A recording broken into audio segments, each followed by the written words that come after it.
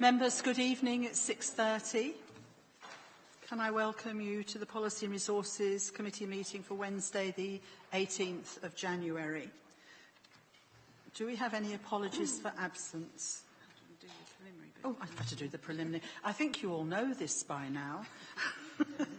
However, before we get to the agenda, may I take this opportunity to advise you that we are not expecting the fire alarm to sound tonight. So if it does, please stay seated and Mrs. Matthews will assess this situation and give further instructions on the evacuation of the building. And tonight's proceedings will be webcast by the Council, but if anyone is intending to record these proceedings, can you please let me know now? I ask this question not to stop you, but merely to ensure that members and other members of the public in the room, and I can't see any of members of the public tonight, know that this is taking place, and nobody is indicating, Mrs. Matthews. So apologies for absence, Mrs. Matthews? Yes, we've had apologies from Councillors Bryce, Garland, Harwood and Round. Thank you. Notification of substitute members. I'll start at that end. Councillor Perry. Councillor Perry for Councillor Garland. Sorry. Councillor Ring for Councillor Round. Councillor Burton for Councillor Mrs. Bryce. Councillor English for Councillor Harwood. Thank you very much. We do have some urgent items tonight. I'm sorry they came out rather late.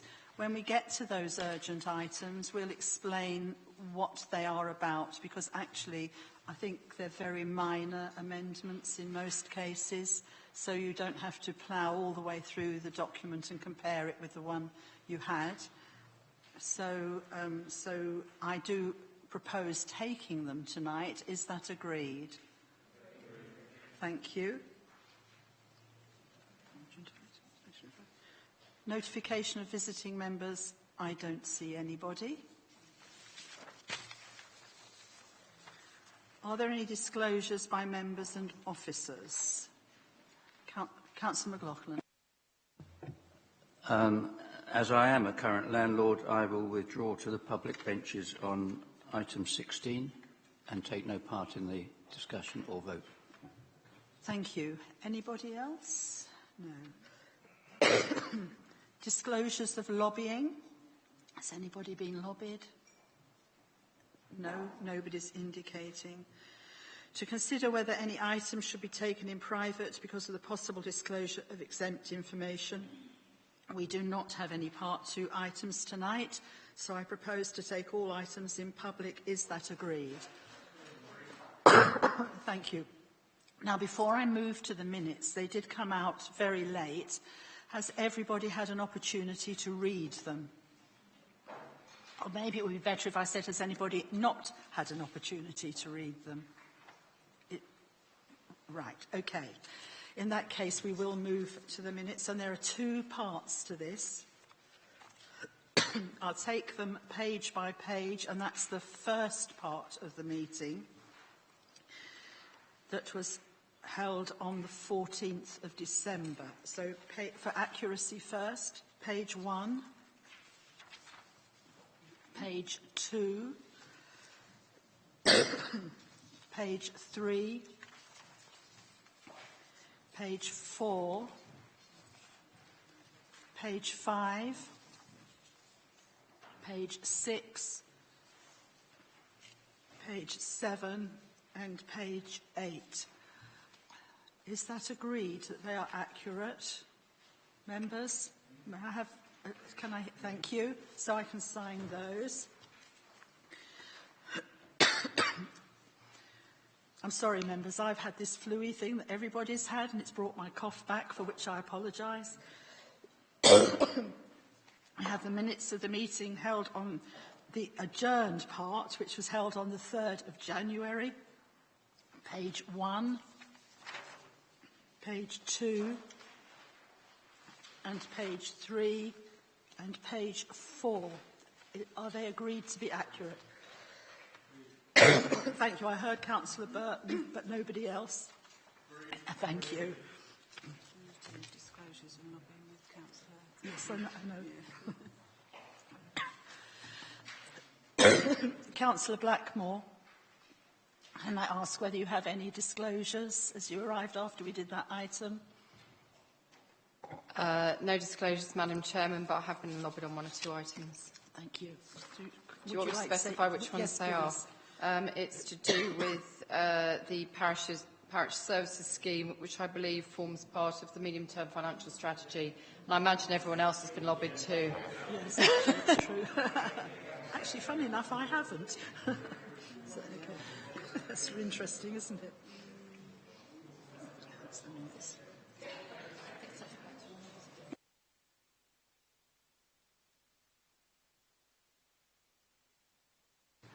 I'm told that something went to all members of this committee. No, Madam we will Chairman. put it down. Sorry? People substituting this evening were not circulated with the Could letter. those who have not been right, okay, sorry.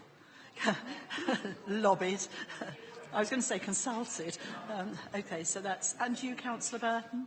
Right, so that's 3 people. And Councillor Perry. All right. Thank you. Presentation of petitions. I understand we do not have any petitions. Is that so? Thank you. Question and answer sessions from members of the public. I understand we do not have any questions. Is that also correct? That's correct. Thank you. And if you turn to item 11, page 1, that is the committee service work programme. And Mr. Green? The only item I'd like to draw members' attention to on here is that there's reference in the work programme to a report on Maidstone Town Centre Investment and Development Plan, which is down here for 18th of January. In fact, that will be incorporated in a report on housing and regeneration, which will come to a subsequent meeting of this committee. Members? Yes, Councillor Borden.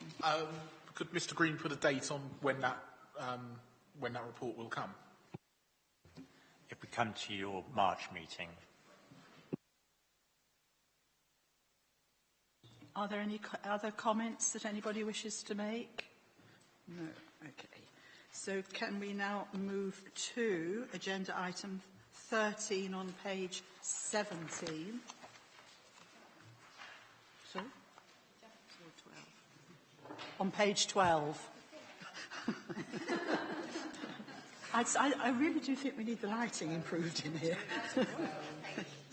Item 12, page 2, which is the report of the Head of Policy and Communications, the Strategic Plan 2015 to 2017-18 refresh. Before we move to Mrs. Woodhouse, just to make it very clear that this committee gets 2 bites at the cherry. Tonight we are only, and I will emphasise that, we are only discussing the 2 sections that are the direct responsibility of this committee. The whole thing, after the other service committees have gone through their cycle, will come back to us at the next meeting. So I would ask you to be disciplined, please, and stick to the bits that we are talking about. The other thing I want to say is that I thought that the way Councillor Ring handled the Communities Committee last night worked very, very well. So I'm going to follow the same process, which is that we've designated Councillor Cox to be our group spokesperson on this. I'm not sure whether the Conservatives have had a chance. It doesn't stop other people talking, but it does mean any main amendments you may wish to make should come from one person and makes it clearer. Clearly, Councillor Gooch, Councillor Harper, Councillor Powell, you will all represent yourselves and your group. Do you want a few minutes to discuss that? Or? No, it's all right, Madam Chairman. We've already done that. I'd be happy to have that mantle. Thank you very much. So, Mrs. Woodhouse. Thank you, Madam Chairman. Just feel a bit like Groundhog Day with this report. And I've been here with most of you at different meetings with this. So for the purposes of tonight, the two areas you should be focused on are regenerating the town centre and promoting a range of employment skills across the borough. The second part of tonight, if you wish to, is we have an appendix that looks at our performance indicators. What I will advise is the other committees so far, so SPST and CHI, have all decided not to do the indicators at this point, but rather wait till the strategic plan is set and then do the indicators afterwards. Either is fine, but I just thought I'd let you know that's the way they've chosen to do it, because you may want to do the same or not. The other point I will make is we'll be able to put it up on the screen so you can see the changes that are being proposed. And we do have the wording that was agreed at SPST, if that would be helpful. The third point I'll make to avoid confusion is those recommendations SPST made will still come to you in February alongside everyone else's. So if tonight you say yes or no, regardless, they'll still come because they are their recommendations for you to consider in February. So just to make that clear, they don't disappear. They'll come just as everyone else's will in February. Okay, thank you. Members, can I ask if you wish to follow the same procedure as the other two service committees that have already started? Can I just have a show of hands to make it clear that we are in agreement, that we will... Right. Right. 1, 2, 3... We have the majority. It's just so we can see that that is agreed. It's not a recommendation or anything. So that is clearly agreed that we hold that over. So if we turn to the strategic plan and we go first of all to the first section we have to deal with, which is regenerating the town centre. I will only take this one part that SPS and T actually made a recommendation because it is pertinent to this. They recommended, and can we get it on the screen, because I can't see behind me, is it, that changing the heading, regenerating the town centre, should be changed to, it's behind me, it's maintaining and, yes, and enhancing. So before we go any further, does anybody actually wish to speak on this? Yes, Councillor Blackmore. Just a comment. Isn't maintaining generally accepted as an overarching principle? Would it not be better as enhancing the town centre? Does anybody else wish to comment on that? Councillor English. Well, it was thought to be more inclusive because clearly we're not enhancing all of the town centre. And maintaining has two meanings. It is maintaining both the good things that are already there, and of course once you've enhanced it, it comes back in, because one of the problems we struggle with in terms of in the past is enhancement schemes that have, shall we say, not been continued and not been maintained, and we've ended up, so it was fairly consensual across the committee that it was a more inclusive concept. By the way, I'm just yeah, it is a capital E on there in enhancing, which wasn't on the recommendation. So that's minor grammatical point. It probably should be a capital E, which it isn't in the blue sheet of. Councillor Harper. Excuse me, I was just wondering, what's the rationale behind changing from regenerating to even maintaining or enhancing? Because I just thought. I just personally think regenerating is a bit more punchy, because we talked before, didn't we, about keeping it very short. We have the chairman of the relevant committee here, so I'll go straight to him. Councillor Burton. Thank you, Chair. If I may, when we discussed this at some length, if you just say regenerating the town, so it implies that everything needs regenerating, and we actually recognise that a lot of it has already been done. There's work underway, the regeneration of the public realm outside. So hence the emphasis on, the word maintaining was brought in, so that there was an implication that there would be ongoing work to improve, maintain and enhance. Personally, I think it should just remain enhance the town centre, but the committee wanted to strengthen it with maintain. But regeneration was too much. I don't want to muddy the water, but it has been pointed out to me that we do have the maintain under the relevant committee's brief, Councillor Ring's committee. So it might make sense, if people agree, to accept the second word, because I can't see it, can I? Enhance. It might make sense to take the enhance the town centre and drop the regeneration and let the maintain stay where it should be in the other committees. But we don't have to. So we have three options in a way here. So the actual wording that is on the board behind you is the recommendation from SPS&T. Could I have a show of hands for those who would like to go to that wording? So the wording that's on the screen behind you. Well, I'm asking. Well, we do need it Madam moved, Chair, for clarity, but it's been moved by the. If we're ruling that out, we kind of need to know what the instead of will be, because we might like the instead of less. We can certainly discuss that, and we actually need to decide whether we wish to stick with what's on the papers, which is regenerating the town centre.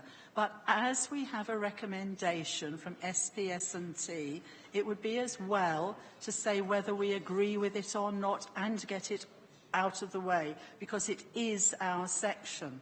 So I just want a show of hands to see whether it's a general principle that people wish to go with. If they do, then we've got to move it properly. But what is the feeling of the individual people on this committee that do you or do you not like the wording on the screen? Maintain and right. Just let me see hands, just so it's easy. Those who want to go with maintain and enhance, show of hands. No.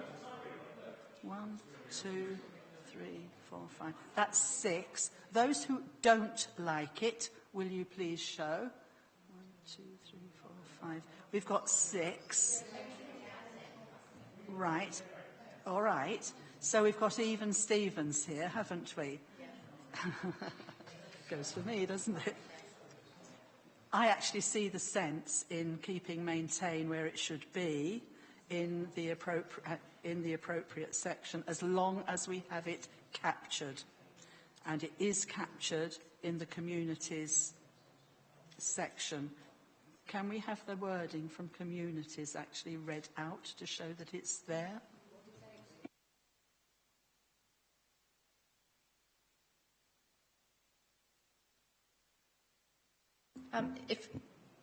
If I may assist, from my recollection, and I've got the wording in front of me, the word maintain does not appear in the part about providing a clean and safe environment, but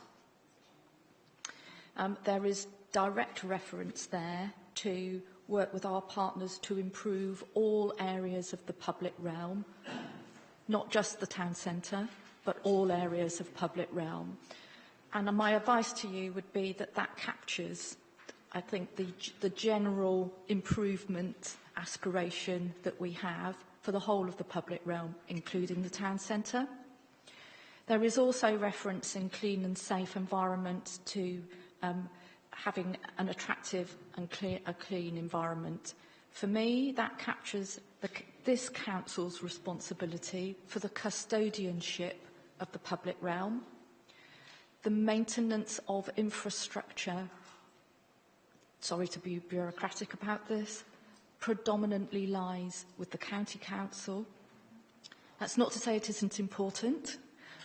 However, I have detected a spirit in previous discussions that you really want to focus on the things that we can do.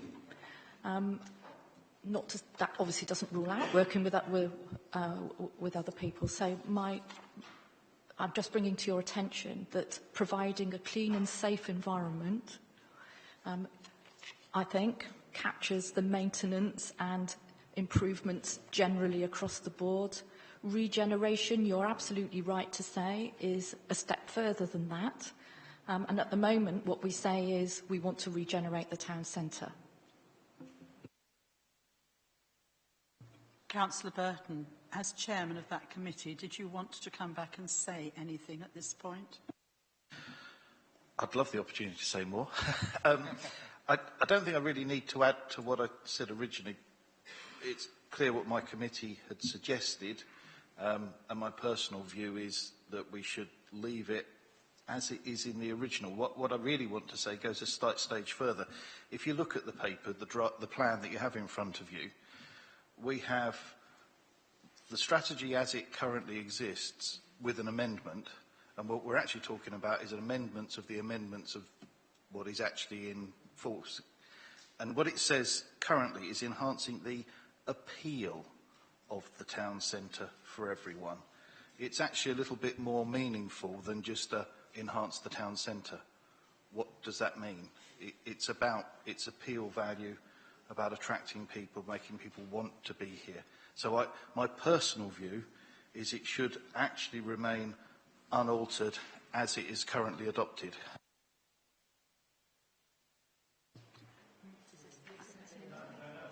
I think... to be clear, regeneration is not in the current adopted... Yes, it's on the screen now. Would you read it out, Mrs Woodhouse? So, as Councillor Burton has indicated, this is the original wording that's in the current strategic plan, which is enhancing the appeal of the town centre for everyone. However, that was not the recommendation from SPS and T. But if this committee wishes to remain with the original wording, I suggest you show your hands now, so I can see how many wish to do that. 1, 2, 3, 4, 5, 6, 1, 2, 3, 4, 6, 7, 8, 9, 10. I think that's a clear majority who wish to stay with the original wording. Bear in mind, this is not final decision time. These are the recommendations we are making as a committee. So, Mrs Matthews, you've got that, have you? That particular one? Right. OK, members. I'm going to turn to Councillor Cox to propose the first amendment, or whatever we wish to do. Thank you very much. It's really the first paragraph we'd like to look at. Keeping, if I read it first, and last night it was difficult to actually type it, so if I read it and then go back to the bits we changed. Maidstone has an historically thriving town centre. However, we need to ensure that we keep pace with the changing economic environment to continue to meet the demands of businesses, new word, residents and consumers.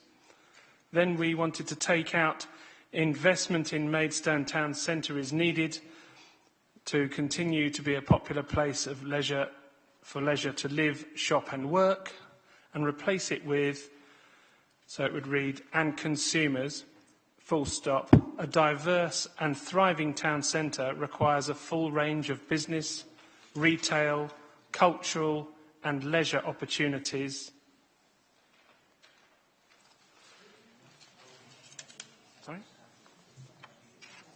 If it's to survive. I've got too many changes. Do you want to...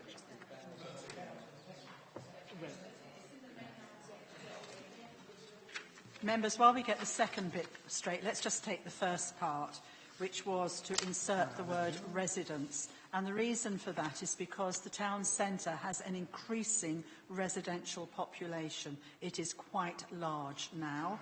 So it seems obvious that we should meet the demands of businesses, residents and consumers in the town centre. Could I see who agrees with that, please?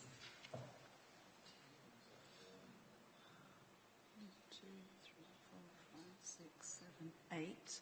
Those who do not agree with it? 1, 2, 3, 4, 5.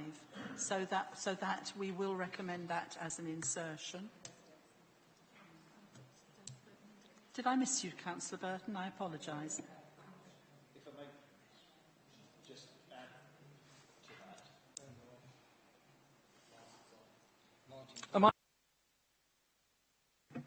Right, we're there. The reason I abstained, I think it's just important to state it, is because putting that word in that is not specific to just the residents of the town centre. The way that reads is the residents of the borough, or could be interpreted of residents of the borough. So I understand what you're saying, but it doesn't specifically say that. So that's why I abstained. So would you be more content if we said town centre residents?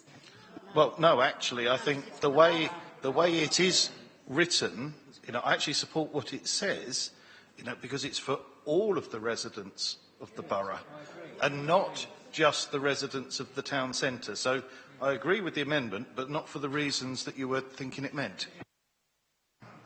That's fine, as long as we get residents in there, because if we don't, they're omitted completely. So whether in our hearts we mean one set or the other or all of them, that's fine. They should be in there. Councillor Harper. I think in terms of if the Liberals want to amend it, I do think we need to leave the word investment in here somewhere, because when we go on later tonight, we're looking at the capital programme. And there seems to be a lot of investment being proposed in our capital programme in the town centre. And it just seems incongruous if we don't have the word investment in our strategic plan, and now we're going to go ahead and spend, millions of pounds investing in the town centre. So I would have thought, based on what we've agreed in our economic development strategies and everything, we need to invest in the town centre to maintain it or enhance it or regenerate it, whatever. But I think without investment there, our capital programme shouldn't be pointing us towards investing money. It just doesn't make sense. Either we believe in investing in the town centre or we don't.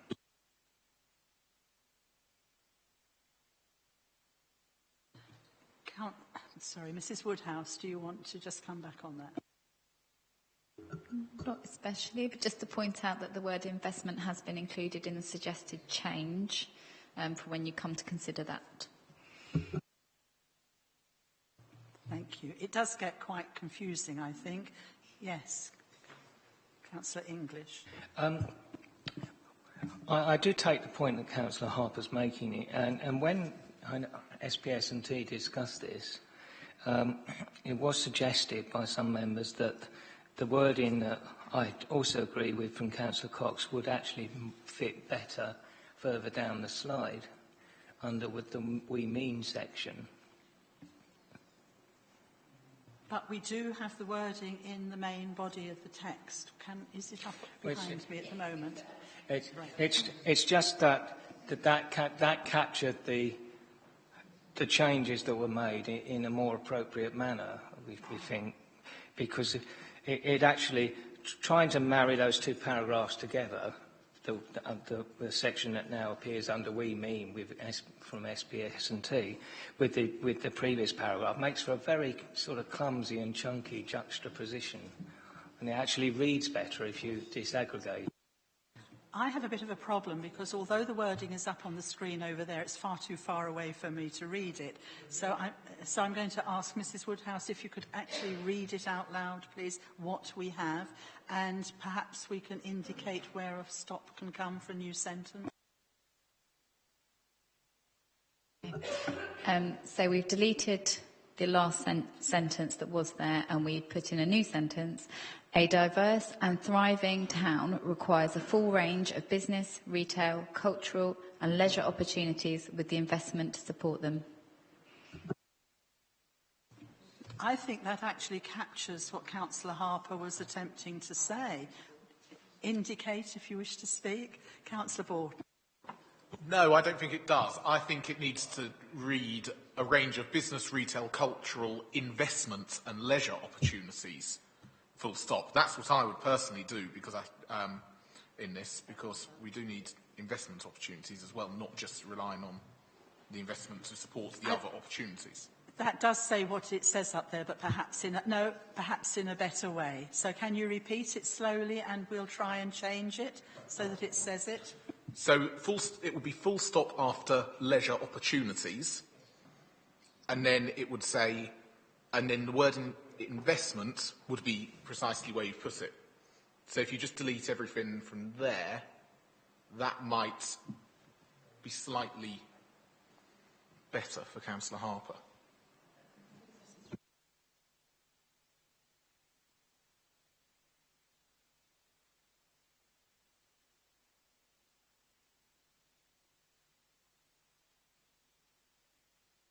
Councillor Burton, you wanted to come in, then Councillor English, I think. I think we're all probably saying the same thing, and the wording that you have on the screen is pretty much what SPSTC suggested, and I think the fault with it is probably one of punctuation. And I may not have this absolutely grammatically correct, but perhaps it should be a semicolon in front of with, as per the amendment, so that it's clear that the investment is on all of those things that are being suggested and not confined to the last suggestion. That's grammatically correct. Members, I think we could go round and round in circles. I think we all know what we wish to see here. Can we leave it? You're agreed in the principle, aren't you, that we need investment highlighted and the other things that are there. So can we therefore get it recorded, Mrs Matthews, that that is the will of this committee, and officers will seek to get the wording exactly right with the punctuation in the right place, and clearly it comes back to us anyway next time. So if you're happy with that in general, yes, agreed. Thank you very much. We'll get the punctuation right, I promise you. Councillor Cox, have you got anything else on this section? Yes. You mean after we mean and we will? Yes? Not this section we just done? Yes. Thank you. Yeah. We agree with what SPS&T put in with we. No, you didn't do anything with we means. That's fine. On to the we will. We would like to take out be proactive in delivering, the whole sentence there, and replace it with deliver a vision for the town centre by maintaining and regenerating, my eyes are going, not that, regenerating areas ourselves by working closely with partners, residents and businesses. Deliver, yeah, a town centre vision. Yeah. Councillor Burton.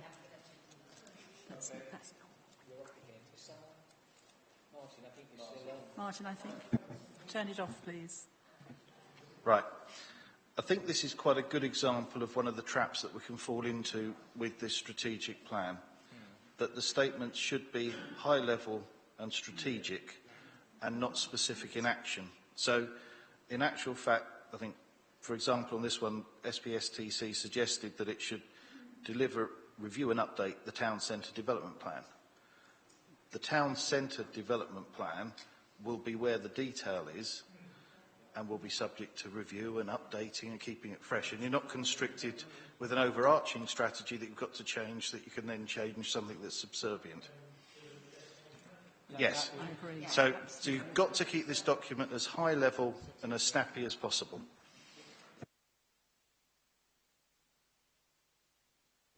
I agree, because my next 2 points were to keep the town centre development plan and to keep the DMP as well.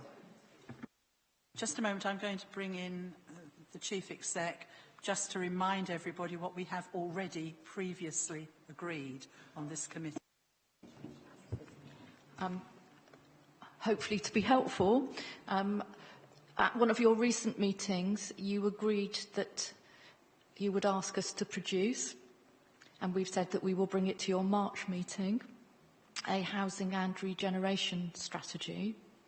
And so if I might suggest that, just picking up on Councillor Burton's point about keeping the strategic plan at a strategic level, that you consider making reference to the housing and regeneration strategy, within which the town centre development plan will be subsumed.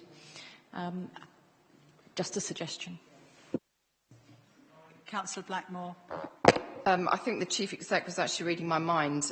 Personally, I just don't think the Town Centre Development Plan belongs here. But I think if we have deliver the regeneration and housing strategy or deliver the housing and regeneration strategy, whichever way round it goes, that actually encompasses all the little bits that we have. I think that's also going to suck in the destination management plan, town centre development plan, and as Councillor Burton's already said, it keeps it nice and high level and strategic, which is exactly what this document should be. Members, I just want to... Councillor English, have you anything to add? I just want to check that what's being said is that the town centre development plan effectively disappears and gets completely subsumed within the housing and regeneration strategy. Just want to check that's what happens. Yes, completely subsumed. That's the same thing, isn't it? I'm taking a slight leap of faith, because we haven't presented to you yet the housing and regeneration strategy. But certainly in our informal conversations with the Chair and the Vice Chair of this committee, that is what we will be recommending. And obviously it'll be up to you to make that decision in March. On that basis, I'm quite happy with the proposed amendment. Can I have a show of hands then, please, if that is agreed? Thank you, that's unanimous. Officers, have you actually captured that? Thank you. Councillor Cox, do we have anything else before I go to Councillor Blackmore for any additions she may wish to make? Councillor Blackmore, then, it's over to you. You have nothing to add? I don't think there's anything that actually requires addition, Madam Chairman. And again, as we've already stated, this should be a strategic document. I think we're in danger of having so much detail it will become more of an operational action plan than anything else. Councillor Gooch, are you happy? I'm certainly happy, thank you, Chairman. Councillor Harper? Yeah, all right, Councillor Powell, thank you. Right.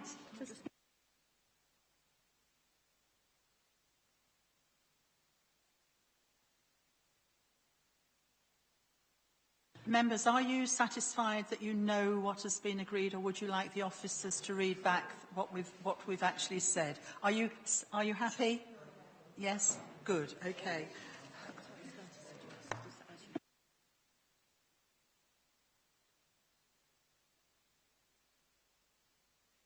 We move to promoting a range of employment skills. Promoting a range of employment skills and opportunities across the borough. I'm actually going to start with our three. No, I won't say the three wise men or the three wise whatevers. However, Councillor Powell, do you have anything you wish to say yourself on this section? Absolutely nothing. Councillor Harper? I'm happy with the wording as it's in the report. Councillor Gooch? Thank you, Chairman. Provided all the data is completely up to date, then I'm happy. I think... all right, Councillor Blackmore. I think on the whole it actually reads very well. The problem I do have are the words not becoming a dormitory borough. I think it's incredibly negative, and it makes it sound as if that's the way we're heading. And whether we are or not, I don't think we should be highlighting it in the strategic plan. It should be a positive document, a we will, we do, we are, not a not becoming a dormitory borough, which I think is horribly negative. So I apologise for being such a doom and gloom merchant, but I'd like that taken out, please. From the Chair, I'm going to suggest that, excuse me, that we do take that wording out. I also want to make a proposal that, excuse me, I'm sorry, that we add a second bullet point, because there are two different things we need to do. We need to meet the skills and employment needs of our residents and businesses, if that is agreed, full stop, and put in a second second bullet point. Have we got the wording that we can put on the screen of that proposal, the second bit? Yes, please. The suggestion for the second bullet point is that we say support existing business and attract new businesses to the borough. They are two different things, you'll understand. Sorry. We are still with we mean. So we've got meeting the skills and employment needs of our residents and businesses. So that's one sentence. And then you have a second bullet point, which again, Mrs. Hard. Support existing business and attract new businesses to the borough.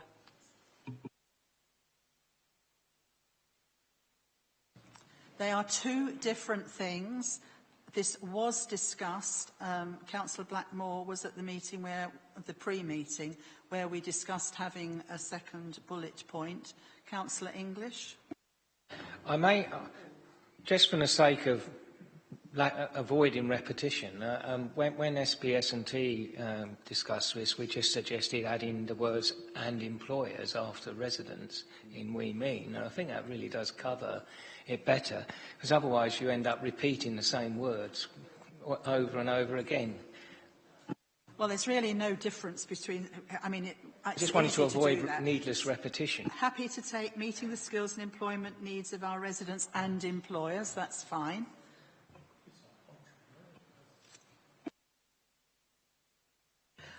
Thank you, Chairman. Just to be picky for a change, employers are people who employ people. We've got an awful lot of sole traders and one-man bands, both in the sticks and in the town centre.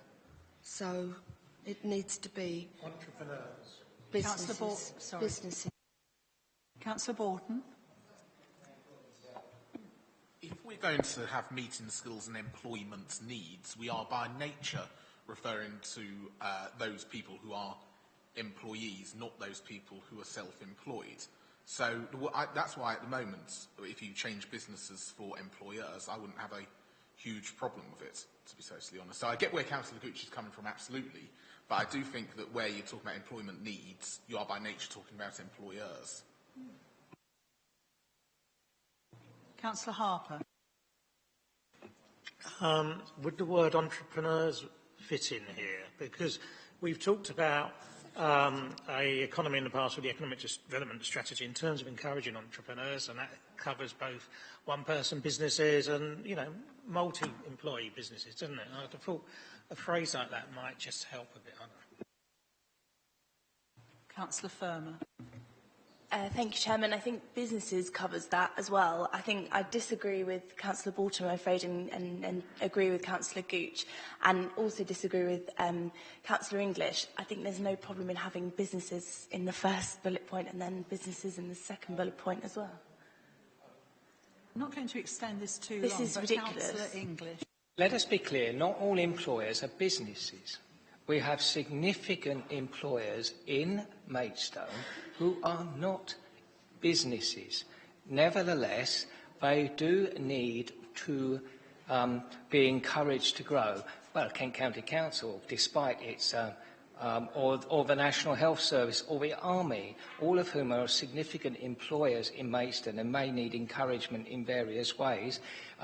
Colleges, universities, none of those are businesses, and to exclude those from consideration is perhaps a little rash. And so I think we should have the wider term employer. Councillor Burton, as a businessman in this community, would you like to have your say?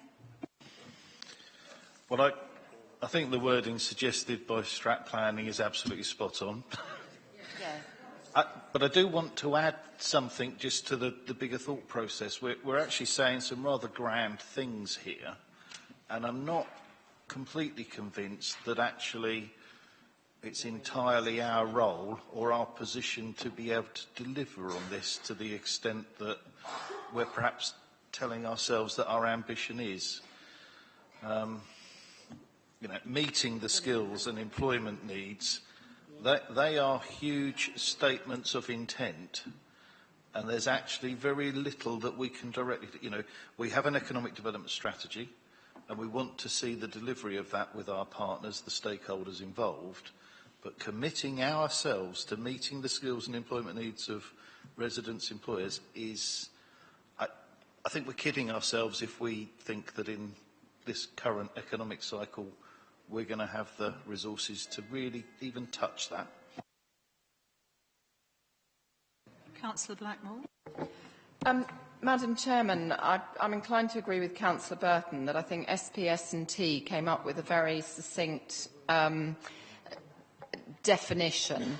My only question, if we're not happy with the meeting part, would it be better if we said aiming to meet? So it's a target, it's something that we are looking to do, seeking to do, or should we say seeking to meet the skills? Maybe that would be a way round it, but I think just adding the words employers in is probably neater than having additional bullet points, which I think could be a hostage to fortune. Councillor Powell. Yeah, I'm hoping, as I was the first person to comment, I'll also be the last one as well. I think we're playing around with words. OK, take out dormitory borough. I mean, because that is negative, and I'll take on board that point there. But the rest of it, there's nothing wrong with it. I think we're just playing with words. I think we ought to just keep it as it is, take on board the alterations that Councillor Blackmore's mentioned, because what Councillor Burton just said, and that whole committee, there's nothing wrong with it. Can I point out that it is actually one of the fundamental aims of our economic development team to work to attract new business to the borough? It is one of their fundamental aims, and there are things we can actually do. So I'm still of the opinion. Councillor Blackmore, I accept what you're saying about the few words at the beginning. For the officers, would you just like to say your preferred choice, because you used two different terms? So you said aiming to? Okay. Well, I think there's several you could go with. You could go with aiming to meet or seeking to meet. Let's have your I preferred prefer option. aiming, just because I think it specifies a target and it's a little bit more direct. Seeking to meet could be a little bit woolly. So I think personally I prefer aiming to meet. But I do also have a question as well, which relates to the papers in front of us, but we've got slightly different words on the screen.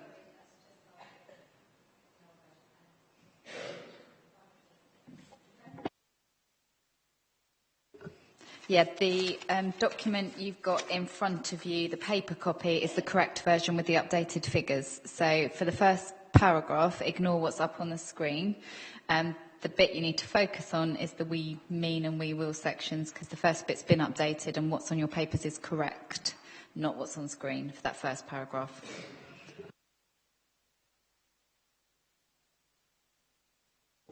Sorry, Madam Chairman. So where in the papers we have crossed out compared to 39 for England and an above average rate of self-employment, that is correct. What's on the screen is incorrect. Right. Sorry to belabour the point, but it is just a little bit confusing. And you may have mentioned it at the start, but I missed it, so I apologise. Right. So what we actually have for bullet point, I'm going to say bullet point 1, that seems to be the preferred option, but I'm going to test it out, is aiming to meet. So just let me have a show of hands for people who are happy to go with aiming to meet the skills and employment. I'll get to the end of the sentence, but aiming to meet the skills and employment needs. One, two, that's half the sentence. I just want to know. Yeah, we have a majority on that. Right, so we've got aiming to meet the skills and employment needs of our residents and employers. Who has that as their preferred option?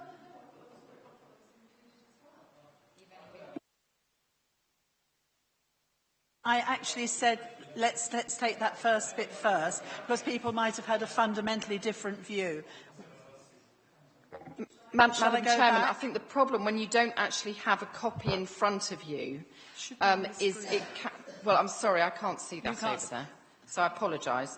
I will ask Mrs Woodhouse to read the whole sentence. That would be really helpful. However, yes, please. Can I just say, for clarity, we'll have a show of hands on the change to the first half of the sentence, because that may be some people, a different number of people may like to change to the first half to the second. So let's get the first bit about aiming to meet first. Then we'll get whether we want business or employer as the change at the second half of that first bullet point. Mrs Woodhouse, read the whole sentence out, please. Sorry. Right, okay. Sorry. Aiming to meet the skills and employment need of our residents and employers, supporting and attracting businesses. That's the second bullet point. What we've got is aiming to meet the skills and employment needs of our employers. Full stop. Are you all listening? So I'll have a show of hands on the aiming to meet. Who agrees with that? May I have hands, please? Aiming to meet. Who agrees with that bit? Only two of us? All of us? Yeah, I'm just... Okay, right, yes. Now, hands down, and who wants the word after our residents and employers? Who's going with that word? 1, 2, 3, 4, 5, 6, 7, 8, 9, 10, 11, 12, 13. I think that is a majority as well. The second question is whether we wish to have a second bullet point, which is supporting business and attracting new business. Yes, Councillor Borton. That's not the wording I had written down. I thought it was support existing businesses and attract new business to the borough. Yes. I think Can I have a show of hands of people who will go with that second bullet point, please? 1, 2, 3, 4, 5, 6. Mrs Woodhouse, would you read it out, please? So the second bullet point is support existing businesses and attract new business to the borough. Right, show of hands, please. 1, 2, 3, 4, 5, 6, 7. That's unanimous. Yes, Councillor McLaughlin. Can I just say that throughout this, the action words like support have always had an ing after them. Supporting, aiming to do these things. And that's what we mean. We're aiming to do that. Just a suggestion. Councillor Burton. It's so hard doing these things by committee, so I feel like I'm going back a stage. But somebody, I think, just said that actually our economic development strategy says that. Therefore, it should not be in the strategic plan at that level of detail if that strategy says it. So what I'm actually thinking is that we mean should say something really simple like ensuring the skills and employment needs of our residents and employers are met. End. I'm going to say the same all thing. of the detail comes in later.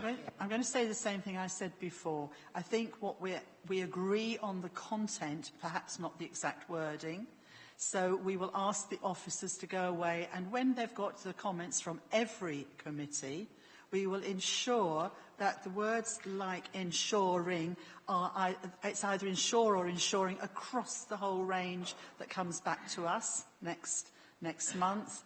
And likewise, if we can simplify something, we will do so, but we have captured what this committee actually wants to say about this. Is there anything else anybody wants to say about this particular section?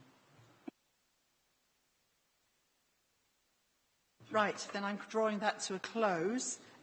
Thank you, officers, because it's not easy to capture that. Mrs Matthews, are you okay? Yes, okay. So we now go to agenda item 13, page 17, report of the Director of Finance and Business Improvement, Medium-Term Financial Strategy, 2017-18 onwards, Capital Programme. And Mr Green, please. Thank you, Madam Chairman. This report asks you to consider the proposed capital programme for the next 5 years. And this is essential for the implementation of the strategic plan because it sets out how we will be investing for the long term. There are three parts to this. First of all, the principles of the capital programme, in other words, what capital expenditure can be used for and criteria for inclusion in the capital programme. This is particularly important where we're using potential borrowing because we want to make sure that if we're borrowing money, then it's done on a sustainable basis. We can service the debt and repay it. And if we can be confident that a capital scheme generates the return, it should meet the criteria. The next point that the report addresses is funding for the capital programme. And Audit, Governance and Standards Committee considered this on Monday night. Essentially, the projections in the Treasury Management Strategy that went to Audit, Governance and Standards showed that we have sufficient cash resources to fund the capital programme in 17-18, but by 18-19 we'll have to start borrowing in order to fund the programme. But provided that the schemes meet the criteria for potential borrowing, then that shouldn't be an issue. And finally, and most importantly, the report sets out the individual schemes that are proposed in the capital programme, starting on page 24, paragraph 238, and also in the table at Appendix C on page 34. I won't go through the schemes in detail, but a couple of things I'd like to highlight for you. First of all, the biggest item is one called Housing and Regeneration, £20 million. And this is building on the schemes that were in the existing capital programme for Union Street and Brunswick Street. It's envisaged that we will bring forward further such schemes. They're described just as indicative schemes, A, B, C, etc. Of a similar nature, they would be providing housing, but they would be generating a return for the council. What this capital programme does is puts down a marker. It asks you to define the overall funding envelope for that type of scheme. The other item that is new in the capital programme is one for flood defences, where we've proposed £1 million. Previously in the capital programme, we've just had a small allowance of a few or 100,000 or so a year for basically consultancy work on flood defences.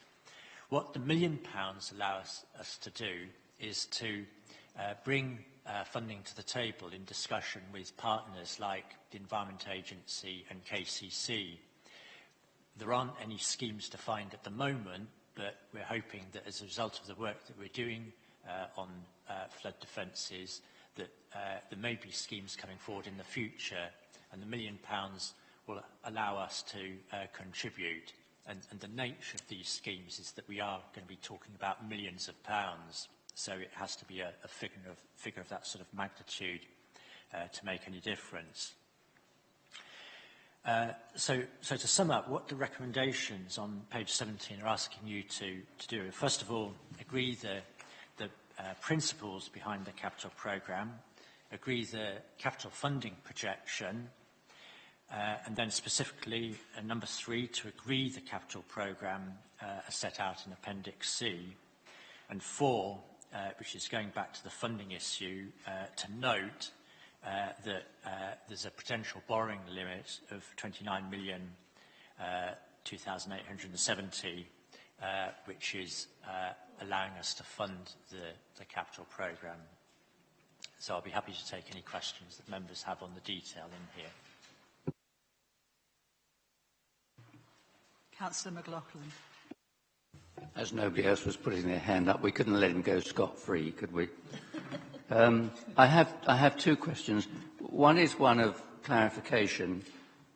You've described what housing incentives are, but I have to say I don't actually understand what you've said. But I'll just park that with you for the moment, Mark, if I may. And the other one is on acquisition of commercial assets, where you're showing 1.5 million, which is actually in year 20, where are we? It's in next year, isn't it? Down the bottom of page 34, towards the bottom. It's in 27-18, but there's no further anticipated acquisitions of commercial property or assets. Now, is that because we have a policy that we don't borrow to invest in anything other than regeneration, for lack of a better word, or bearing in mind the pressures that we might have on our revenue account later in the programme, as we know, do you not think we should include additional tranches of sums in later years to enhance our income from commercial property? Just those 2 points, Mark. First of all, on housing incentives, this is where we want to have the opportunity to provide grants to private sector landlords and the like to facilitate the additional housing. So this is separate from our own investment in housing, but it would allow us to contribute to private landlords or the social housing sector to allow housing to be provided. So that's the first one on housing incentives. On the second one, on the 1.5 million for new investment, what this is aiming to do is to provide a fund for the acquisition of commercial assets, and this is the type of thing like a property on a trading estate, commercial investments as opposed to residential investments. And the thought behind the 1.5 million is it needs to be that kind of figure to provide us with sufficient of a war chest. It's unlikely that we would spend the whole of that in 17-18, but that would be the maximum that we could spend. If we were successful in identifying that type of investment in 17-18, and if we wanted to continue further investments, then it's always open to us when we bring the capital programme back to members this time next year to add in further funding. But at this stage, 1.5 million looked like sufficient of a war chest for that type of investment. But this is more speculative, is probably the wrong word, but it's opportunistic. If an opportunity arises to do this type of investment and we can see there's a return, this gives us the funding to do it. It's not part of the mainstream of our strategy, though, in the way that the housing and regeneration capital is. So, okay, I accept your point. It's open for further additions as we progress through the plan. But are you also saying that you're not averse to borrowing at prudential borrowing rates of 3 or 3.5% when you can make, I think you said in the papers, a 7% return on something? You're not averse to doing that? We would certainly be prepared to do that, yes. Councillor Burton. I just want to make a sort of fairly broad general comment, and I think part of that conversation with Councillor McLaughlin there goes towards it, that we're looking at a capital programme here that's not fixed in stone, because there are big what-ifs and maybes there, and that we're actually using that to go some way towards setting the prudential borrowing limit as we see it necessary for now, subject to change in the future, of course. But there is a bit of detail in some of this that concerns me a little, so I just want to be really certain that what I've just said is correct. So if you looked at 2.48 on page 26, which is about a strategy that I don't think we've actually agreed yet, when I see it as clear as that in the capital programme, knowing that we haven't actually finally agreed that, I just get a little bit worried. But this is broad and overarching as a capital provision policy for now. Mr. Green. That's absolutely correct, Councillor Burton, because the proposals in here would be subject to what the Constitution says about specific projects. But at this stage, we have to set out what our capital expenditure plans are for the next 5 years. So we don't just go away and spend this money. It would be subject to further reports to members. Councillor Harvey.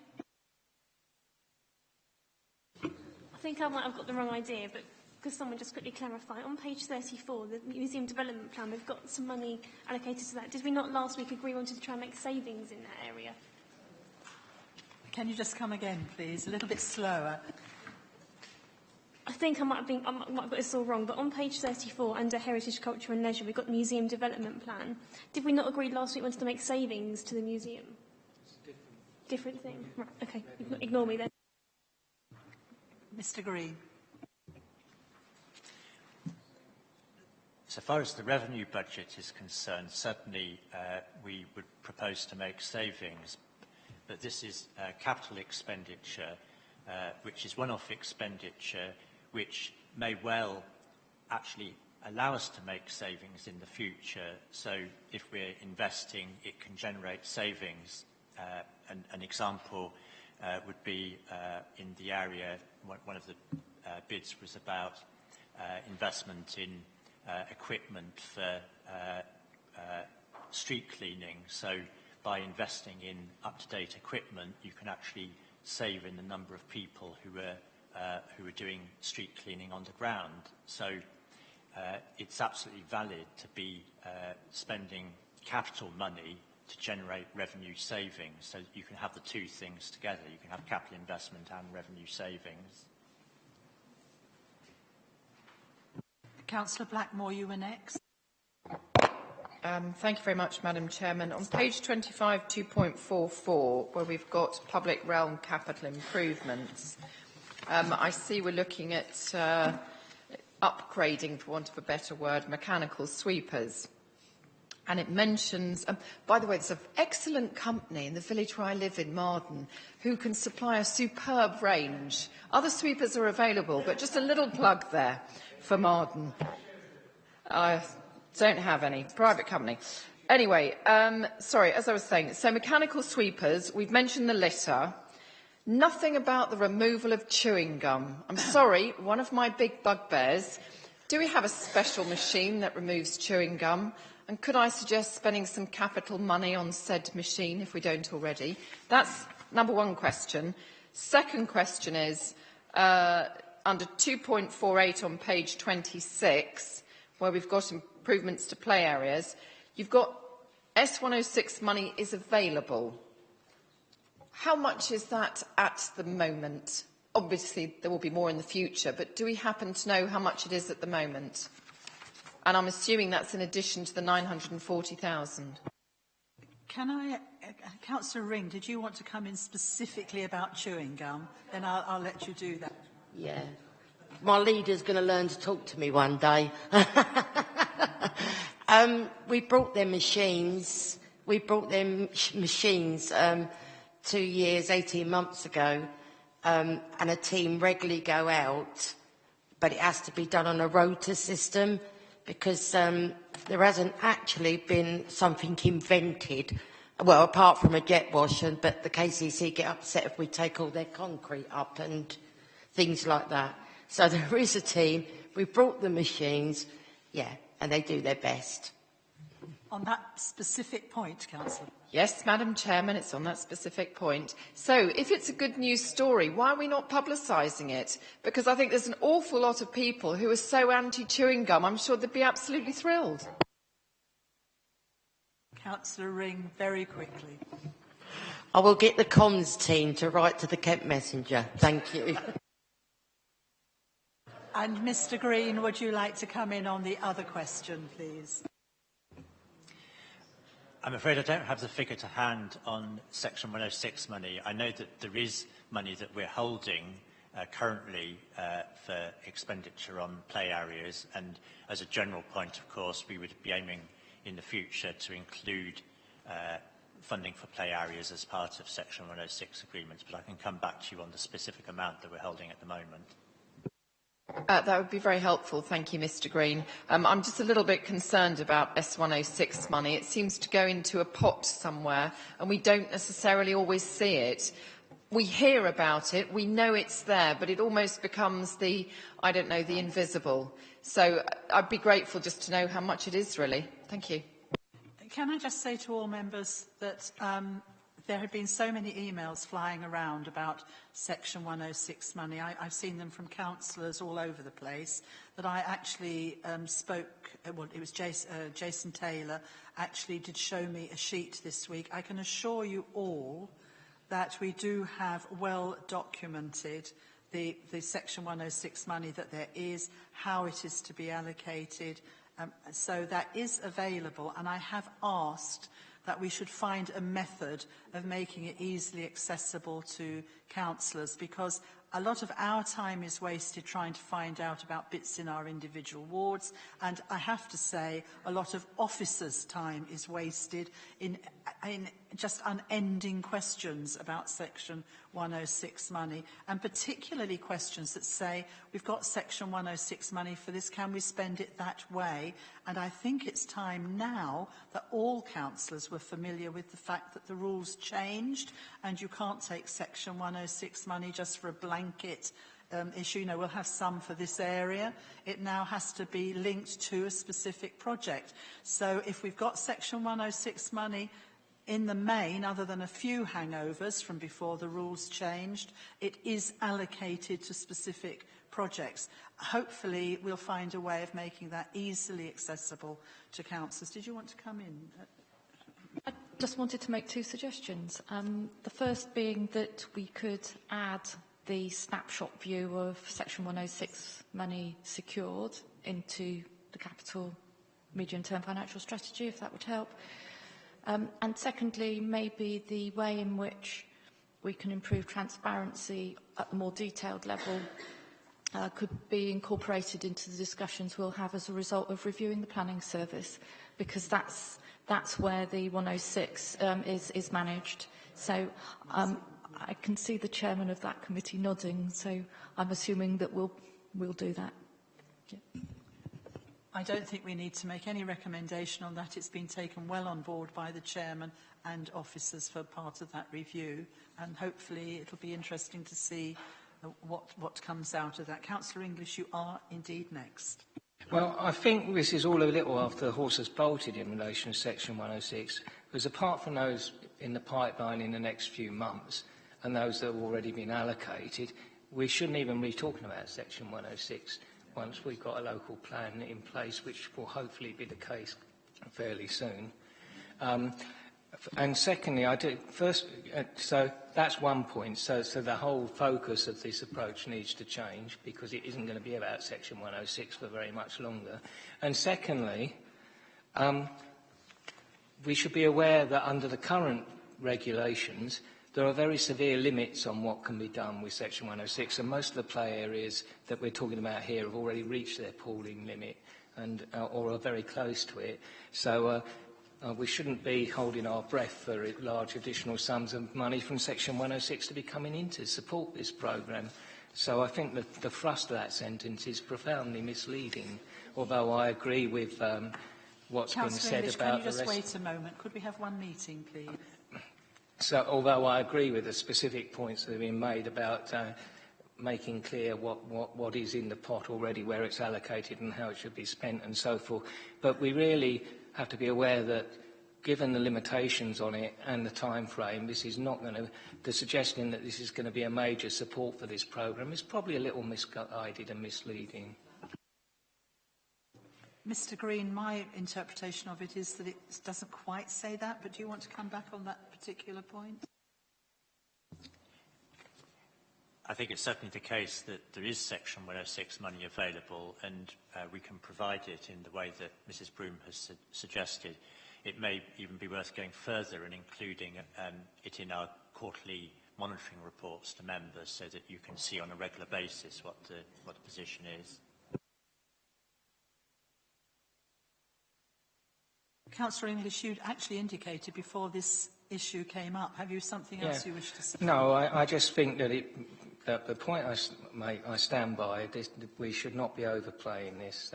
It's not going to be significant in terms of supporting this programme. Thank you. Councillor Harper, you and... Thank you. I've got 4 points I wanted to mention. Actually, first one, I think has been answered largely, was about section 106. But linked to that was obviously SIL, which we approved the outline regulations, I think, at the last council meeting. And once the local plan's been adopted, we can start to collect SIL. So I was just wondering if at some point, presumably there will be an indicative report going to some committee as to how much SIL might be collected over a period of time and the types of projects it might typically be allocated for, since presumably the bulk of it will come with our big development sites in the local plan. So, you know, we're asking for section 106 information. It'd be useful to have a feel for where that might be going, because that might have an impact on how we use whatever resources the council has. So that was the first one. The next one was in terms of paragraph 238, which is the housing and regeneration. It's the £20 million we've agreed to go along with the commercialisation strategy.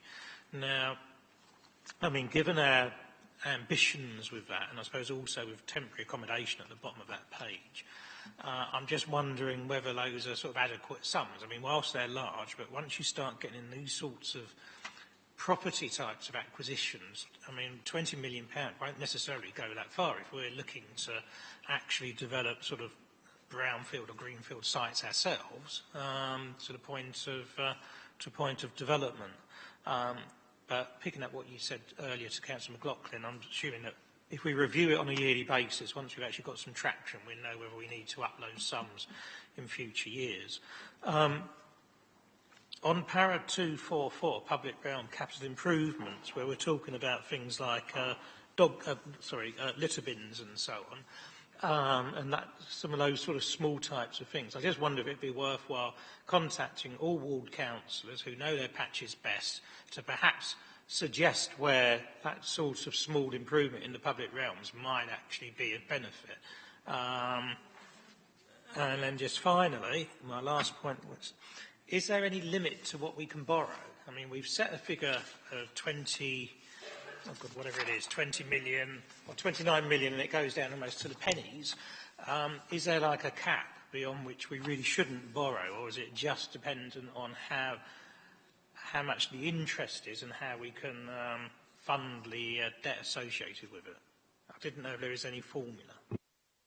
Once again, I'll invite Councillor Ring to answer the specific question, and then we'll go to Mr Green for the other 3. I've got a real good title, isn't it? Whenever it comes to that bit, I'm on the ball. All ward members was asked about bins, but this actual money is, we know that we're looking at new bins that will last longer, because some of the metal bins now are starting to crack, and once it comes to that, we can't use them. So that's to make sure we've always got a constant supply of bins. But I'm sure if you get hold of John Edwards, because he did send out a list of talking to ward members, perhaps you accidentally missed it. Thank you. Mr Green.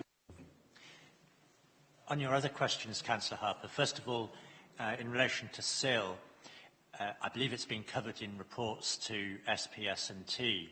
We haven't included anything for SIL in the capital programme, and until the local plan is adopted, we can't actually start collecting SIL. But clearly, as the time gets closer, we will try and quantify, so far as possible, the sort of money that would come through that route. The next point about whether the funding is, or whether the programme has enough in it, obviously I think the programme is quite ambitious as it is. we've got to consider, though, what is manageable for the council, and we are starting fairly modestly with the two schemes at Union Street and Brunswick Street. I think we've got to walk before we run. It may be that in future years we do expand the scope of the programme, but I think this is realistic given the capacity of the council to manage capital projects at the moment. And of course it might be that if we had a really big project that we wanted to undertake, for example at Maidstone East, then we wouldn't be aiming to fund it all ourselves anyway. We might well be doing it in conjunction with a developer or another partner. So I think that the scale of the capital programme as it stands at the moment is about right. I'd be reluctant to have more than the kind of 60 million or so that we've got in here currently. But on your final point about whether there is any limit on borrowing, the prudential borrowing rules don't have any fixed limit in cash terms. They just say that prudential borrowing should be sustainable. In other words, that the council must make a judgment as to whether it can afford the borrowing, whether it can afford to service the debt and pay it back. But that means that you have to look at the individual schemes, whether they're going to be viable, and it is that judgment that I've just mentioned in relation to the 60 million as to what a council can realistically deliver. There isn't a limit, but we have to be sensible about what we can afford.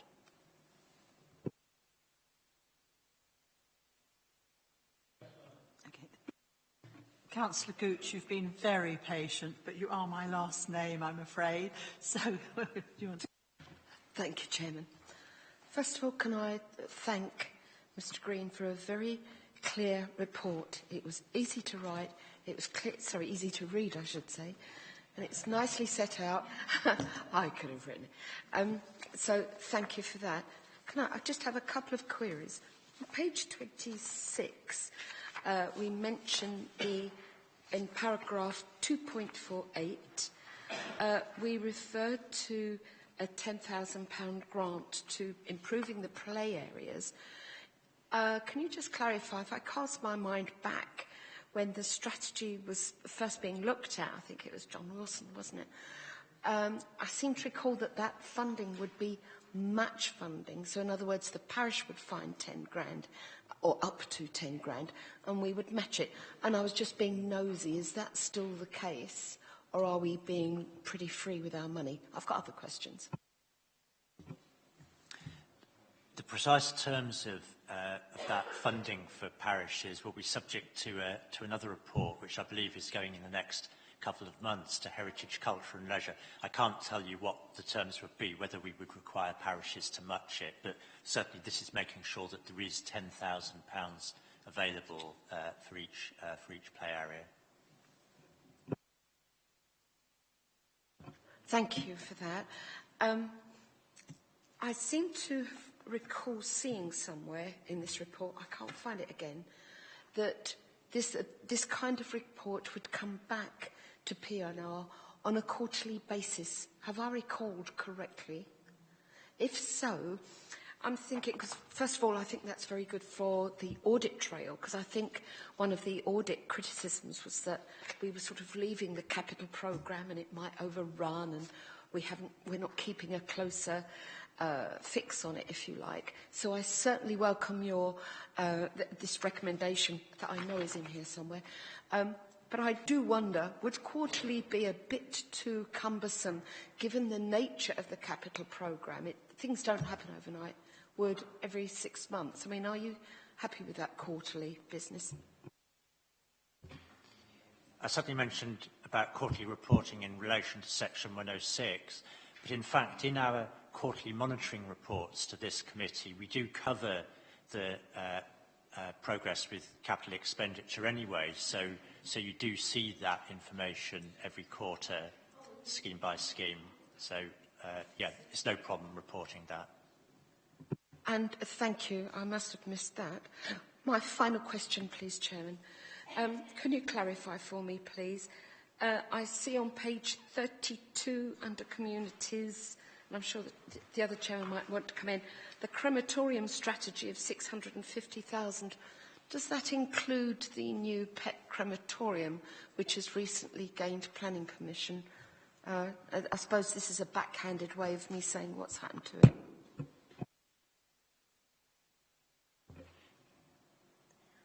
There isn't an item specifically for the crematorium in the new capital programme, which is what you've got on 34. The funding for 16-17 is still available, and what we do, you may remember what we do when we bring the final accounts for the year to Policy and Resources in June. We ask members whether any unspent capital resources can be carried forward. So that 650,000, probably most of it won't have been spent. I think a bit of money has been spent on consultancy, but you'll be able to decide in June whether you want to carry that unspent money forward for the crematorium or anything else that that strategy is intended to fund. Thank you, Chairman. Councillor Burton, is what you want to say arising from what's been said since you previously spoke? Because I don't want to go into a whole new round. It's better than that, Madam Chair. Sorry? It's better than that. Can I move the recommendations as per the paper with the addition that it be requested that Section 106 position be reported as part of the quarterly monitoring report? That's seconded by well, actually it was Councillor Harper who got there first. We need to record that 2 people have left the chamber. I don't think I need to read it all out. We have 3 for agreeing and 1 for noting. Is that clear, members? It's clear as per the paper. Can I have a show of hands for those who are in agreement with this? That's 1, 2, 3, 4, 5, 6, 7, 8, 9, 10, 11, 12. Against? Abstaining? 1. Members, I've just realised, and I do apologise, Mrs Coburn, that you're sitting here very patiently in isolation. I think it would be a little bit unfair to make you wait right to the end of the programme. Members, are you in agreement that we go to that item next? So that is agenda item 16 on page 51. And we've got some... And we have some new papers on that which should be on your desk. Thank you, Madam Chairman. First of all, I do need to apologise actually for even the new papers you've got on your desk. On the Appendix A, there is a reference to Tunbridge Wells. The same report has been written for both councils, and unfortunately the wrong version's been put on onto the system that you've got in front of you, so I do apologise for that. Obviously any reference to Tunbridge Wells will be corrected and should be reference to Maidstone. This report is relating to council tax empty property discounts. Most of the discounts and exemptions for council tax on empty properties are statutory and cannot be altered. There are 2 discounts that the council does have discretion over, and that's where properties first become empty and where properties are uninhabitable and they're undergoing or requiring structural works to make them habitable. From the 1st of April 2013, the Council agreed to reduce the discount on empty properties from 6 months to 1 month. Also had the option to reduce the discount on structural properties requiring or undergoing structural works from 12 months. At that time, the decision was made not to alter that discount. This report recommends that we take away the 1 month discount on empty properties and we reduce the 12-month discount on uninhabitable properties to 0. In considering the latter one, in Appendix A, it does mention that if there has been there is a natural disaster, such as flooding or malicious damage, then we would still want to award a discount because that is through no fault of the owner. So I wanted to make that clear. That's what we're proposing in the policy. I'd just like to reassure you that the Council isn't out on a limb if we make this decision. There are at least 3 other councils in Kent that offer no discounts at all for empty properties and the uninhabitable properties that I've mentioned, and many other authorities across the country have already done this. So it's been tested and it's been accepted countrywide. One advantage of removing the discounts would be that housing would be available sooner. It would encourage owners to render their properties habitable and turn them around quicker. In addition, it would generate additional income of around £500,000, of which Maidstone Council would benefit from their portion, which is about £73,000. Plus, there would be possible staff savings of £20,000. Of the options shown in the report, the preferred option is option 2, which is to remove both discounts with effect from the 1st of April 2017. Thank you. Councillor Blackmore. Thank you, Madam Chairman. I was actually going to propose the recommendations subject to a small change to recommendation 2. However, I'd be very interested to know from Mrs Coburn, the figures that you've quoted, are they actually in the budget that we've got for 17-18 or 18-19, or would they be new savings going forward? And then, once you've answered that question, I'd like to propose a change to recommendation 2, if I may. Yeah, if I can answer that, they won't be in the budget because obviously because we it hasn't been approved. We couldn't assume it was going to be approved and put it into the budget. I'm assuming that's correct, Mr. Green. Councillor Blackmore. Under recommendation 2, where we've got which are uninhabitable due to natural disaster such as flooding or malicious damage, I would actually like to include the word fire as well, if that's all right. Fire, flooding or malicious damage, please. Councillor English, I think you were...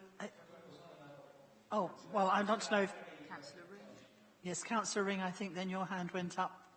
Was the next one to go up. You're seconding that? Thank you. Does anybody wish to speak on that amendment?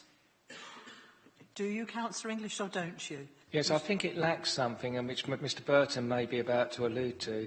Unless I've got this completely wrong, that wording needs to be changed, because last time I heard, malicious damage was not a natural disaster, so the wording needs to be... There's a punctuation again.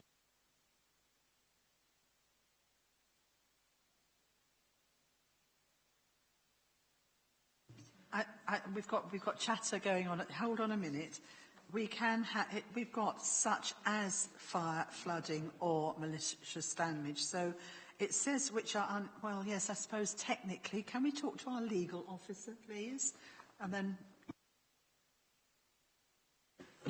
yeah, I'm sorry, I don't know the technical definition of malicious damage, whether that is a national disaster, a natural disaster.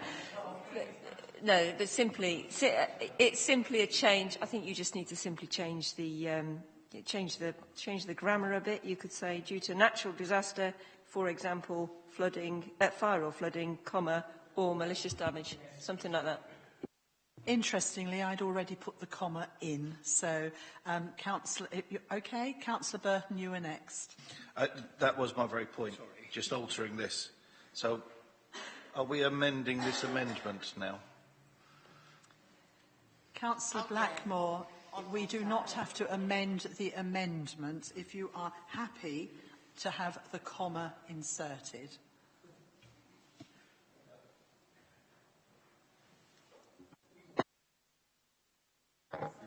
I am delirious with happiness.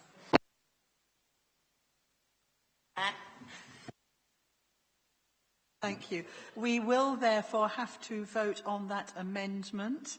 So we are just talking about 2, which then reads that the committee notes the intention to maintain protection to those properties which are uninhabitable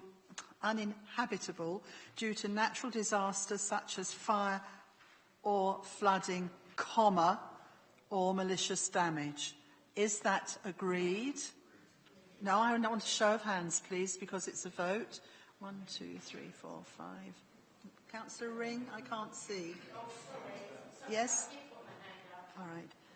That is unanimous, bearing in mind that we... Oh, sorry, Councillor, but you... Right, can we just have a show of hands again, please? 1, 2, 3, 4, 5, 6, 7, 8, 9, 10, 11, 12. Those against? Abstaining? You're against? And we have one, obviously, a committee member who cannot vote, if you recall. Two. Yes, all right. Oh, I didn't know you'd done that. Okay. Right. Bear in mind that that becomes the substantive vote now on that item 2. So can I have a show of hands, please, on that, for those in favour? Right, 1, 2, 3, 4, 5. That is unanimous for those sitting here. Yes. And so there is nobody against and nobody abstaining. Now, before we go to 1, is there anybody who wishes to say anything else on this item? No? No, we have not voted on item on 1 because we went to. So please, could I have a show of hands for those that agree item 1? 2, 3, 4, 5. That is the same. Thank you very much. Thank you for your patience, Mrs. Coburn. Thank you. Members, does anybody require a break for 5 or... Mr. Burton just pointed out that point 1 should have been proposed and seconded, and he said he didn't see anyone. I think you might well be right, because we... Thank you. Thank you. I have Councillor Cox and Councillor Firmer. Does anybody require a break? No? Well, I'll give you 2... Yeah, I could do with a cup of tea. Thank you. I'm getting more, I can hear my voice sounding more and more bored all the time. Does it really show? No.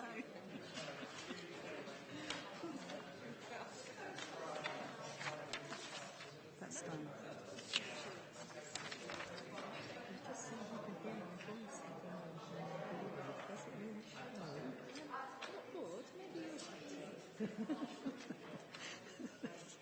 Well, that doesn't take much these days.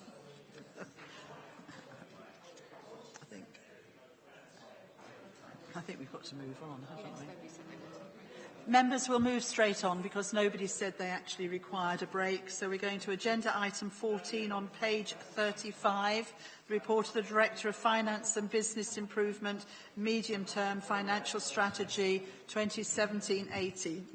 Fees and charges. You'll find it on page 35. Mr. Green, could you come in, please? Thank you, Madam Chairman. As members know, there's a range of services for which the Council charges. Each service committee is asked to consider the fees and charges for their respective areas. Some of the fees and charges are set by us, others, and in this report, an example would be the fees for debt collection are set by government, so we don't actually have any power over them.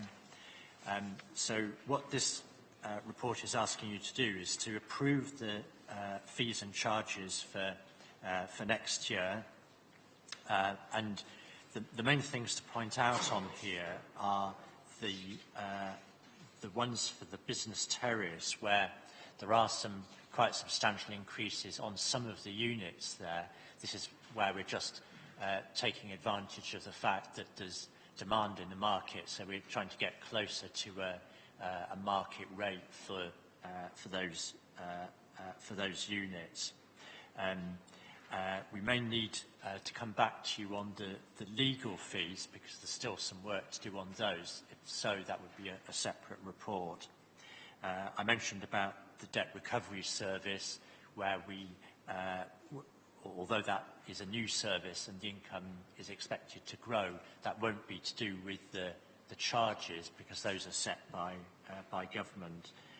So details of the new charges are set out on page 41, and you're asked to agree the proposed charges for 17-18 as set out there. Happy to take any questions that you may have. I don't have anybody. Are you indicating to move the recommendations? Absolutely what I was about to do, yes. Thank you, Councillor Burton. Thank you. Councillor Blackmore seconded that. And so could I have a show of hands, please, for those in agreement? That is unanimous. Thank you, members.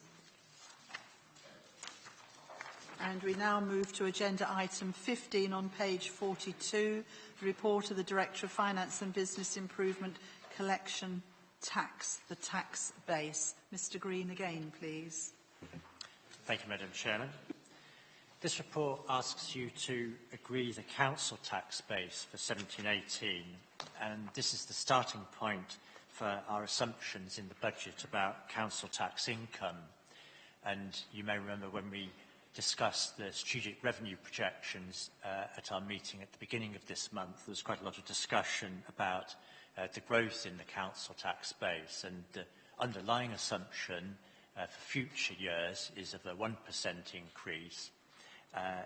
What we're looking at here is simply the figure for 17-18, where actually the proposed increase is slightly more than 1% for reasons that I will go through as I talk about the report.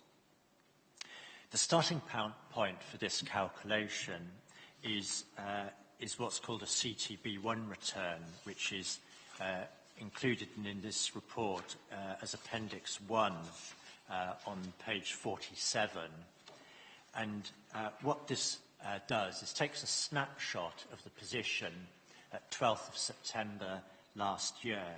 It starts with the number of dwellings in the borough, which I'm afraid it's in quite small print, but you should be able to see that it was 68,519 at that point.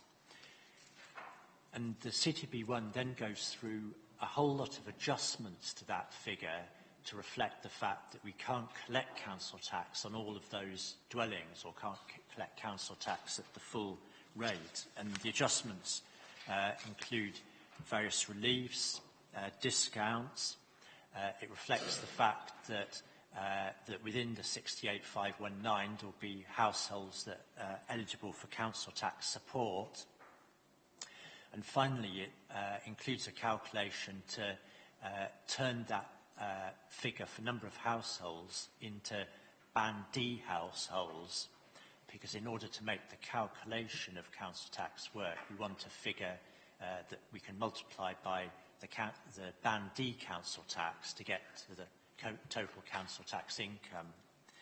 So there's a whole lot of adjustments that are made to that 68,519, and what they do is they bring it down to a figure of 59,300, which is the figure at the bottom of that CTB1 form. And that sort of reduction is pretty standard every year. It's brought the figure down by 13% for 17-18, and I mean, that's pretty consistent over the years. That's just the first step, though, because that is the position as at 12th of September last year. What we then have to do is a calculation to project forward and to estimate what will happen to the number of dwellings for 17-18 and of course, we're in an environment where the number of homes is increasing. So that calculation is shown at paragraph 3.4 on page 44. And we bring in 821 new properties, but we also make a deduction for the fact that much as we'd like to collect 100% of council tax, actually we're nearer 98, 99%. So that takes us up again to a figure of 59,439.3. So that's our council tax base.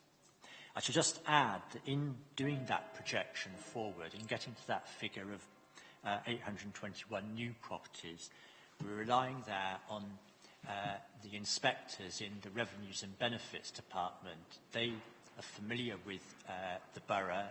They will visit properties or visit localities on a regular basis. They're aware of what planning applications are outstanding, what developments are underway. So they'll make their best estimate across the area of number of new properties, and that gets quite important when you start looking at individual parishes. And in the appendix 2 to this report, page 49, you can see how that additional number of properties, that adjustment translates through in individual parishes. So in Appendix 2, you've got a column called Adjustment Net. That's the additional properties that are estimated parish by parish. And of course, these are just estimates that the inspectors are making, and it's easy to be wise after the event, and who knows, there may be more homes in a particular area, but these are the estimates that are being made. And across the piece, across the whole borough, we get to a figure of 821. So, as I say, we end up with a figure of 59,439.3, and the recommendation in the report is to agree that as the council tax base for 17-18. There's just one other matter that I want to raise, which is that as at Appendix 3, which we've had to correct, and you've got this as a separate sheet now, we found out that this is to do with a report that came to your meeting back in November, which is how we deal with the surplus from the current year's council tax collection. It's based on the amount that is due to each authority that benefits from council tax: Maidstone Borough Council, Kent County Council, the Police Authority, the Fire Authority. Last year there was a late change to the Kent County Council preset, which means that we have to update the figures. It's only a very small difference, less than 1%, but to be accurate about the distribution of the surplus, I'm asking you to make again the decision that you made back in November, but using the figures that are set out in Appendix 3. So that's the purpose of the final recommendation in this report. I'm aware there's quite a few figures in this report and the appendices, and I'll try and help you if you've got any questions on the detail. Councillor Borton, you indicated first. Thank you very much, Madam Chair. And actually, as Mr Green said, at the end there's an awful lot of figures in this report, and without having days to go through with my calculator and my magnifying glass for Appendix A as well, it'd be very difficult to dispute what's in here. A lot of what we've got in front of us, we have to assume, for want of a better word, is fact, to be totally honest, particularly with the number of dwellings being built and how that comes across as the parishes and so on and so forth. And this programme, or the Appendix A, seems to be very, very clear to me. It might not look clear, but actually, once you drill down into it, I think it actually does simplify it very nicely onto a page and a half about how we arrive at that figure. So, to be totally honest, Madam Chair, I find it actually very difficult to be able to substantiate any particular area which I disagree on here. If you look at the recommendations in front of us, it's very hard for me to prove anything other than what Mr. Green has presented to us. So, obviously, other members may have some comments, but I think, provided that this is fact, I think it should be pretty straightforward for this committee to agree on. Councillor Blackmore, you. Thank you, Madam Chairman. You're not going to use that word fantasy, are you, Councillor Borton? It's been officially banned. On a slightly more serious note, on page 43, point 2.4, we have a table which actually lists the number of properties across the borough that has, and how it's increased over the last 5 years. Then if we move to 3.4 on page 44, we have the net amount that we're looking to use as a tax base. I'd like to know how that net tax base figure compares with last year and the year before, and indeed going back to 2012, because I think it's all very well saying these are the exact number of properties, but bearing in mind we've got an assortment of discounts, which Councillor Borton has already alluded to, we then just have the one figure for the tax base.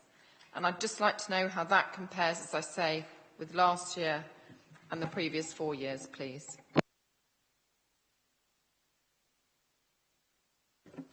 I mean, I have the figures here. I mean, last year, for example, the council tax base was 58,525. The previous year, 56,974. The year before that, 56,443. Before that, it gets a bit more difficult because the nature of the adjustments was different in that you didn't have a council tax support scheme. But I think that the main point to make in relation to the adjustments is that they're broadly similar every year, except for the council tax support scheme, which came in 13-14, which meant that we've had a much bigger adjustment to make every year since then.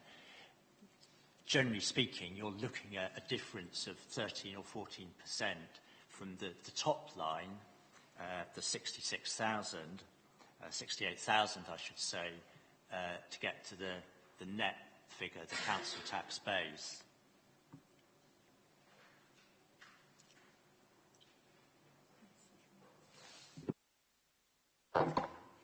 Thank you. I have Councillor Burton and then Councillor McLaughlin. I was actually going to move the recommendations, but if Councillor McLaughlin wanted to speak first, that would make sense. Councillor McLaughlin. Thank you, Chair. Thank you, Councillor. In your amended Appendix 3, I know not only have you changed the amount of the distribution for KCC, you've also updated the dates to 2017 from what they were before in the original papers, which was confusing me to start with. However, my point is, under utilisation of fund balances, I don't understand the terminology here. You say the actual surplus at the end of March 2016 is 1.7 million.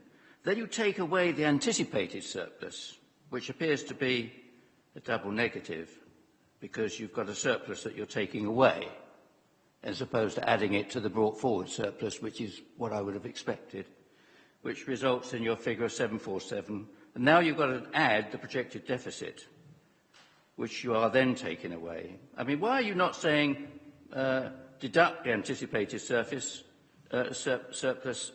referring to the 1 million figure? I just don't understand the terminology here, Mark. It's confusing me. I can see the outcome, but it's the terminology that's confusing me. What the calculation does, it takes the estimate of the surplus that we would have made at the beginning of 16-17 and compare it with what we now consider to be the actual surplus. So I mean, that's the reason you've got the difference between the 1.7 million and the 1 million. And then for 16-17, we're actually projecting a deficit, so that reduces the surplus. I mean, it may be, arguably it's a less projected deficit because you're reducing the surplus from 747,000 to 586,000. But because we're saying there's going to be a deficit in 16-17, it's reducing the amount that we can distribute to Maidstone Borough Council, Kent County Council, and the two other authorities.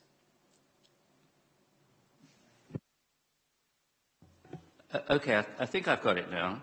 So you anticipated a surplus of 1.016 million, and you actually got 1.764. So you had a surplus resulting surplus over what you'd anticipated of 747,000.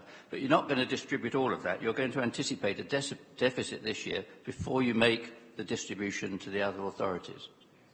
Very, very wise. Okay, thanks very much. That's clear. Councillor Burton. I think when I'm speaking to my professional accountants, they do things like that. They make the simple sound really complicated in order to justify their fee. So moving swiftly ahead, I'd like to move the recommendations per the paper with 3 reading as adjustment figures per revised urgent update, Appendix 3.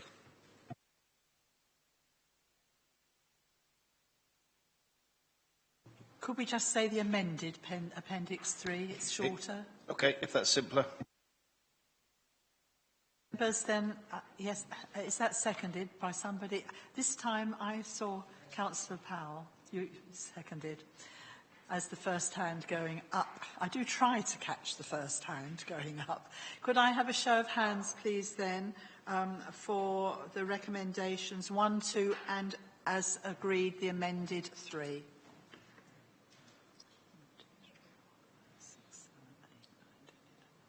14 against, abstaining, 1. Right. Members, just before I close the meeting, just to tell you that it's a pity more people couldn't go.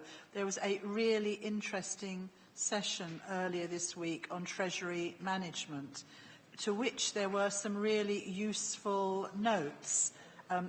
If you weren't there, they might not make quite as much sense, but if you would wish to have those notes, is it best to ask if you wish to ask Mr. Green, he will ensure that you get them, because it was really an excellent session on risk, really, and also how we do or don't make our money, or how we spend it or how we acquire it. So I think that it was very useful. Members, thank you for your forbearance and patience. Some of these sessions feel a bit tortuous, but we do get there in the end. So thank you and safe journey home.